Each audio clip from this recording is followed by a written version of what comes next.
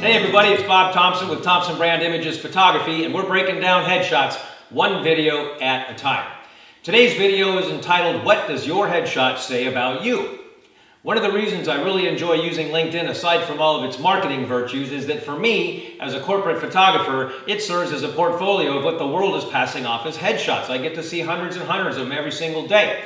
Now, if you have hired a photographer professionally in the last 2 to 3 years, and you have a headshot where you can recognize yourself, you're expressing something on the positive side of pleasant, then this video probably isn't aimed at you. I'm talking to the folks out there who are using selfies and group shot extractions and all kinds of crazy stuff to represent yourself professionally out there in the marketplace.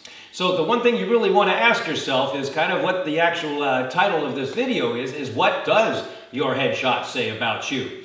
And if you want to try a little exercise, go ahead and give it a look, take it in for a moment, and then come up with 3 adjectives that you could use that would describe what you see. Now, I've been doing this long enough to know that perhaps we're not the most objective when we're evaluating our own self-image, so you may actually want to bounce this off of a friend or a colleague of yours and ask them to come up with 3 adjectives of what that headshot says about you, because believe me, it's saying something, okay? So, a couple of do-nots as it pertains to headshots. If you're out there representing yourself professionally, you do not want your headshot to be a selfie. I don't care how good of a selfie or how much you rehearsed that perfect pose for yourself, that's not a headshot.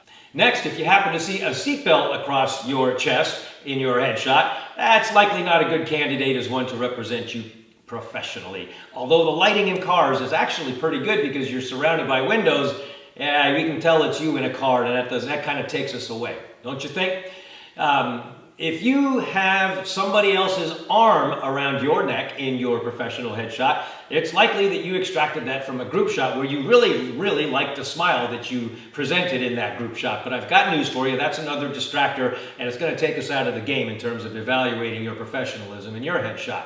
And then lastly, and I know I don't really have to say this, but I've seen it out on LinkedIn, is please, no hand signs, no these, none of that stuff. Any of that stuff, again, is just a detractor and distracts us from seeing who you really are. And that's really the point of the headshot, is we want to get to know you as quickly as possible, and if all we have is that split second where we evaluate your image, your headshot says a lot. So a couple of do's with regard to headshots.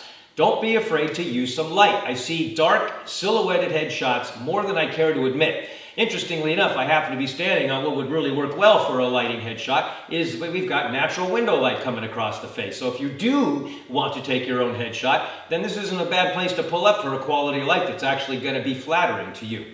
Next, smile. It's okay to look like you're having a pleasant experience in your headshot. I see an awful lot of intensity out there, and I'm not really sure what you are trying to convey if you are one of those folks who really wants to look almost, what I would say, like not quite angry, but perhaps irritated. I see that a lot.